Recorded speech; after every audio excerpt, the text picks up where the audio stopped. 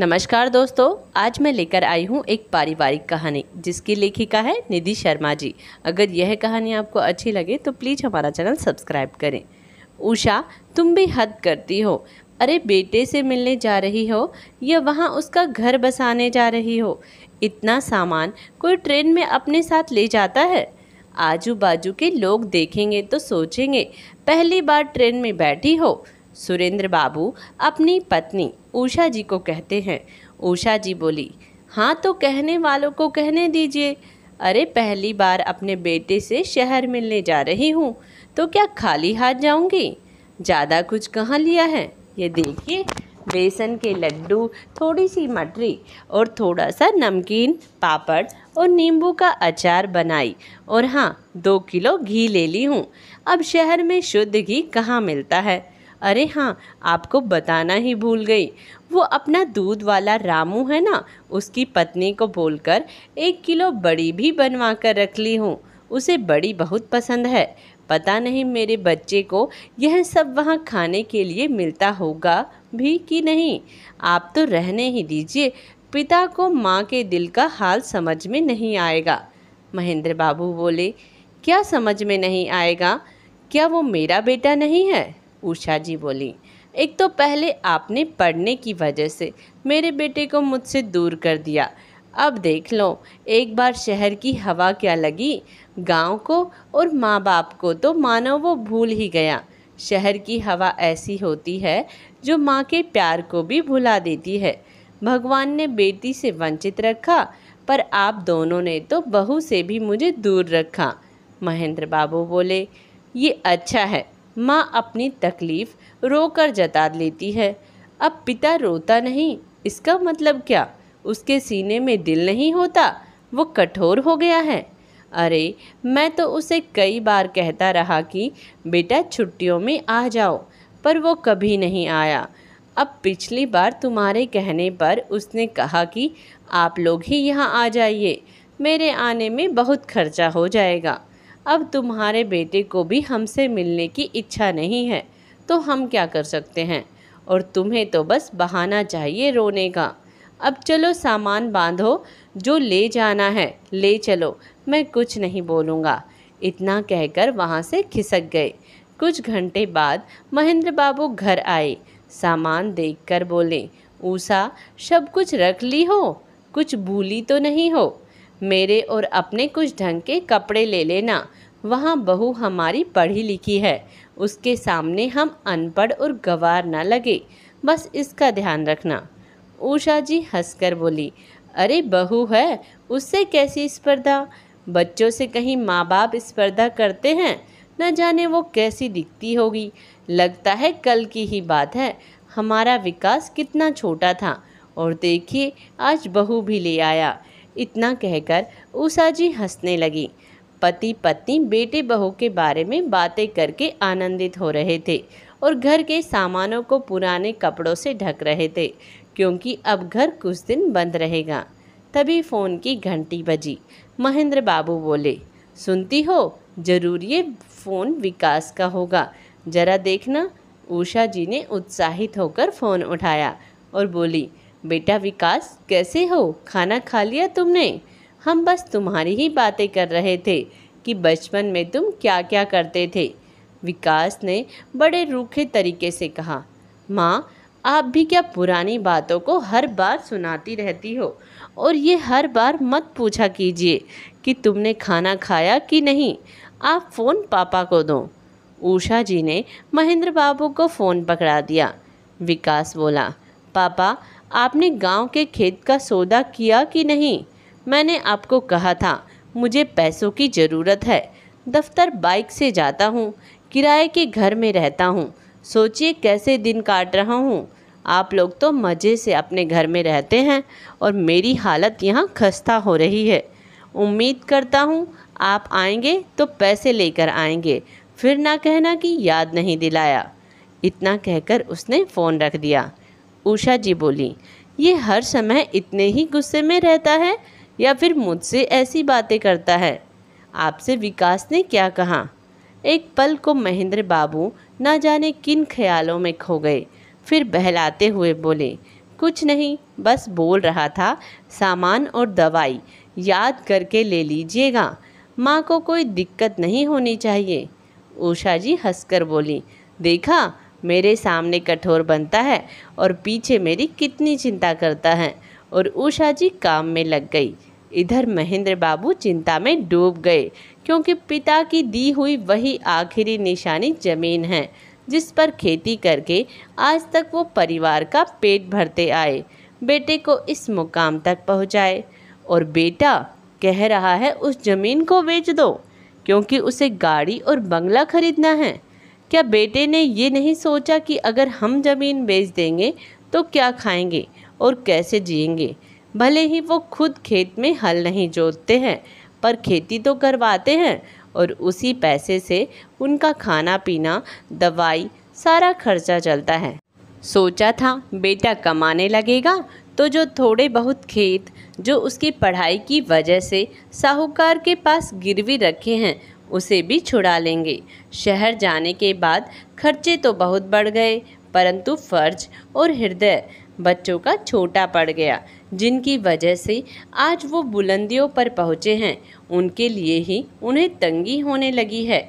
उषा जी इतनी थक गई थी कि उन्हें नींद आ गई। महेंद्र बाबू को मौका मिला। वो खेत के कागजात लेकर अपने एक मित्र के पास पहुँचे और उसे अपनी ज़रूरत बताई। मित्र ने सारी कार्रवाई कर दी और भरोसा दिलाया कि उनके साथ कभी धोखा नहीं होगा। महेंद्र बाबू भी कागजात पर दस्तखत करके पैसे लेकर लौट आए। अगले दिन उषा जी जाने की तैयारी करने लगी। घर की दीवारों को बड़े प्यार से छू रही थी, तो महेंद्र बाबू बोले, अगर मन नहीं है तो मत जाओ। उषा जी बोली, आप मेरी खिल्ली मत उड़ाओ। आप तो जानते हैं हमारे खेत और इस घर में मेरी आत्मा बसती है, पर वो भी तो मेरे कलेजे का टुकड़ा है। अगर ज़्यादा परेशान करोगे तो मैं नाराज़ हो जाऊंगी। वो हंसकर बोले, बेटे के पास पहुंची भी नहीं हो और अभी से बेटे का सम्मान और तुम मुझे छोड़ने की बात कर रही हो। उषा जी बोली, हे भगवान, आपका अपमान, ये कैसी बातें कर रहे हैं? आपसे दूर होने की मैं सपने में भी नहीं सोच सकती। जहाँ आपका सम्मान ना हो वहाँ उषा एक पल को ना ठहरे, चाहे वो बेटे बहू का घर हो या कोई राजमहल। महेंद्र बाबू गंभीरता से बोले, बेटे को देखकर कहीं अपनी बात से मुकर तो नहीं जाओगी? उषा जी ने संदेह भरी निगाह से उन्हें देखा तो महेंद्र बाबू हंसकर बोले, ऐसे मत देखो, मैं तो मजाक कर रहा हूँ। फिर भी ऐसी परिस्थितियों के लिए तैयार रहना चाहिए। न जाने बुढ़ापे में बच्चे क्या दिन दिखाए, कहीं अपने घर के चक्कर में हमें ना बेघर कर दे, कौन जानता है। उषा जी समझ नहीं पा रही थी कि आखिर वो उन्हें क्या समझाना चाह रहे थे। दोनों ने अपनी खुशियों को सूटकेस में बंद किया और निकल पड़े। रास्ते भर उषा जी बेटे से मिलने के लिए बहुत उत्साहित थी। जब स्टेशन पहुँचे तो उनकी निगाहें अपने बेटे को ढूंढने लगी, पर वो नहीं आया। महेंद्र बाबू बोले, चलो टैक्सी से चलते हैं। उषा जी बोली, मैंने सोचा था आज ईद की छुट्टी है तो विकास और बहू हमें लेने आएंगे, आप एक बार फ़ोन तो कीजिए।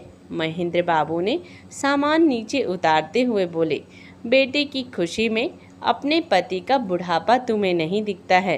कितना सामान भर ली हो, अगर मेरी बूढ़ी हड्डियों में मौज आ गई तो सोचती हो सेवा कौन करेगा? उन्होंने बेटे को फ़ोन किया, विकास क्या तुम हमें लेने नहीं आ रहे? विकास बोला, क्या पापा, रविवार का दिन छुट्टी का दिन होता है, उसी दिन भी आप मुझे चैन से नहीं सोने देते हैं। अरे टैक्सी में अगर आ जाएंगे तो आपका क्या घट जाएगा? अगर मैं यहाँ से आपको लेने जाऊँगा फिर लेकर आऊँगा तो सोचिए कितना पेट्रोल खर्च होगा। बूढ़े लोगों के साथ यही प्रॉब्लम है, खुद तो नींद आती नहीं, बच्चों को भी चैन से नहीं सोने देते हैं। चुपचाप से टैक्सी करके आ जाइए। इतना कहकर उसने फ़ोन रख दिया। बेचारे टैक्सी से घर पहुँचे। उषा जी ने सोचा था बहू पहली बार मिलेगी तो चरण स्पर्श और गले लग जाएगी, पर ये क्या, जैसे ही उषा जी घर में कदम रखने वाली थी विकास की पत्नी नैना बोली, अरे चप्पल बाहर, घर का कारपेट गंदा हो जाएगा।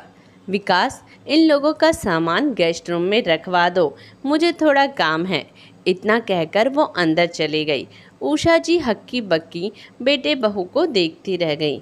उषा जी ने बेटे से कहा, विकास, बहू का तो समझती हूँ, तुमने भी अपने पापा को प्रणाम नहीं किया। विकास बोला, अरे माँ, आप भी क्या फालतू बात लेकर बैठ गई। उषा जी बोली, अच्छा ठीक है, अब नाराज मत हो, देख मैं तेरे लिए क्या क्या लेकर आई हूँ। विकास बोला, मुझे ये सब नहीं देखना है, मुझे पहले पापा से कुछ बात करनी है। पापा, आप पहले ये बताइए, आप ज़मीन बेचकर पैसे लाए हैं कि नहीं? आप मेरी परेशानी क्यों नहीं समझते हैं? मुझे घर और गाड़ी लेनी है, आखिर मेरा भी कुछ स्टेटस है। कब तक आप लोगों की तरह मैं भिखारी बनकर रहूँगा? उषा जी बोली, विकास, ये तुम किस तरह से बात कर रहे हो और किस ज़मीन और पैसे की बात कर रहे हो? वो पैसे तो लाए थे, पर बेटे का व्यवहार देखकर बोले, बेटा, अगर वो ज़मीन बेचकर पैसे तुम्हें दे दूँगा तो कभी तुमने सोचा है कि मैं और तुम्हारी माँ क्या खाएंगे और कहाँ रहेंगे? क्या तुम हमें अपने साथ रखना चाहते हो? विकास बोला, आपका दिमाग तो खराब नहीं हुआ है? शहर के मकान इतने महंगे होते हैं, वहाँ मैं पुराने फर्नीचर नहीं रखूँगा तो आपको कैसे रख सकता हूँ? महेंद्र बाबू बोले, ठीक है बेटा, मैं तुम्हारी परेशानी समझता हूँ। ऐसा करो, मैं ज़मीन बेचकर तुम्हें पैसे दे दूँगा, तुम महीने के 30,000 मुझे भेज देना, उसमें हमारा गुजारा अच्छे से हो जाएगा। विकास हंसकर बोला, आपका दिमाग खराब हो गया है? अगर 30,000 महीने मैं आपको दूंगा तो मैं अपना गुजारा कैसे करूंगा? और आपको रहने की दिक्कत है, शहर में बहुत सारे वृद्ध आश्रम हैं, मैं आपके लिए एक रूम वहां बुक कर देता हूं। वहां खाना पीना इलाज से मुफ्त में होता है, फिर तो आपको कोई परेशानी नहीं होगी। उषा जी को समझ में नहीं आ रहा था कि आखिर बाप बेटे बात क्या कर रहे हैं। उषा जी बोली, क्या मुझे कोई कुछ बताएगा कि यहाँ आखिर हो क्या रहा है? विकास बोला, अरे माँ, मैं इन्हें कब से कह रहा हूँ, ज़मीन बेचकर मुझे पैसे दे दे, मुझे गाड़ी और घर लेना है, पर ये हैं कि बुढ़ापे में सठिया गए हैं और मेरी एक भी बात नहीं सुनते हैं। उषा जी ने महेंद्र बाबू की तरफ देखा। महेंद्र बाबू बोले, उषा, तुम्हारा बेटा हमसे अपनी धरती माँ को बेचने के लिए कह रहा है और हमारे रहने की व्यवस्था वृद्ध आश्रम में करवाना चाहता है। विकास कुछ कहता उससे पहले उषा जी ने एक जोर का थप्पड़ बेटे के गाल पर जड़ दिया और बोली, मैंने कितने सपने देखे थे तुम्हारे लिए और तुम, हमने जो भी संस्कार दिए तुमने एक पल में उसे मिट्टी में मिला दिया। तुम इतने स्वार्थी कब बन गए? महेंद्र बाबू बोले, उषा, संस्कार तो हमने इसे अच्छे ही दिए थे, पर शहर की हवा ने इसे अपने रंग में रंग लिया। याद रख बेटा, आज तुम अपने माता पिता को पराया कर रहा है, कल को तेरे भी बच्चे होंगे और यही सब तुम्हारे साथ करेंगे, तब तुम्हें कैसा लगेगा?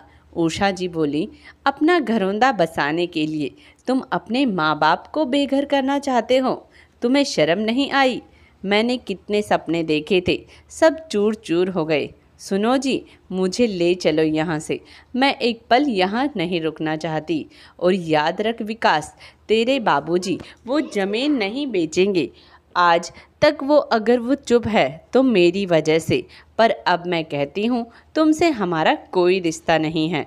महेंद्र बाबू भारी गले से बोले, उषा, तुम दुखी मत हो, मान लेंगे कि हमारा बेटा बहुत बड़ा आदमी बन गया, अब उसे माता पिता की ज़रूरत नहीं है।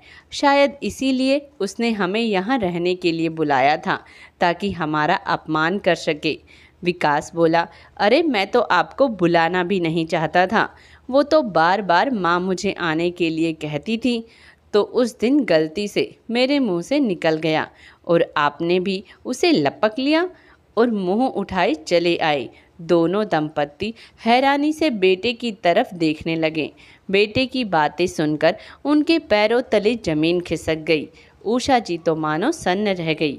बेटे से बोली, अब चुप हो जा विकास, तुम मेरे पति का इस तरह अपमान नहीं कर सकता।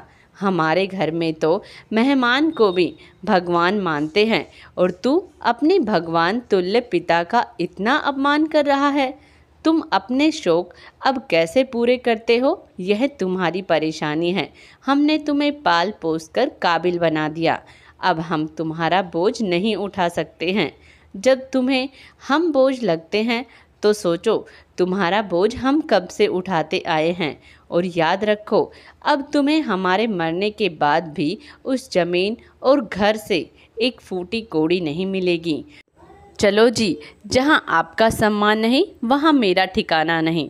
काश कि भगवान ने हमें ऐसा नालायक बेटा नहीं दिया होता। इससे अच्छा तो मैं बेऔलाद रहती। पर हर किसी का किया हुआ इसी धरती पर उसे फल मिलता है, इसे भी मिलेगा। इसमें आपके जितने भी आंसू बहाए हैं इसे भी बहाने होंगे। याद रख, आज के बाद हम तेरे लिए कोई नहीं और तू हमारे लिए कोई नहीं। खबरदार जो हम दोबारा गांव की धरती पर कदम रखा। इससे अच्छा तो मैं शहर कभी नहीं आती। कम से कम इस भ्रम में जीती थी कि जिस बेटे को अपने संस्कारों से पाला पोसा वो हमारा सम्मान करता है। पर यहाँ आकर तो सारे सपने चूर हो गए। महेंद्र बाबू बोले, देखो उषा, तुम्हारे बेटे ने तुम्हारा कितना ख्याल रखा।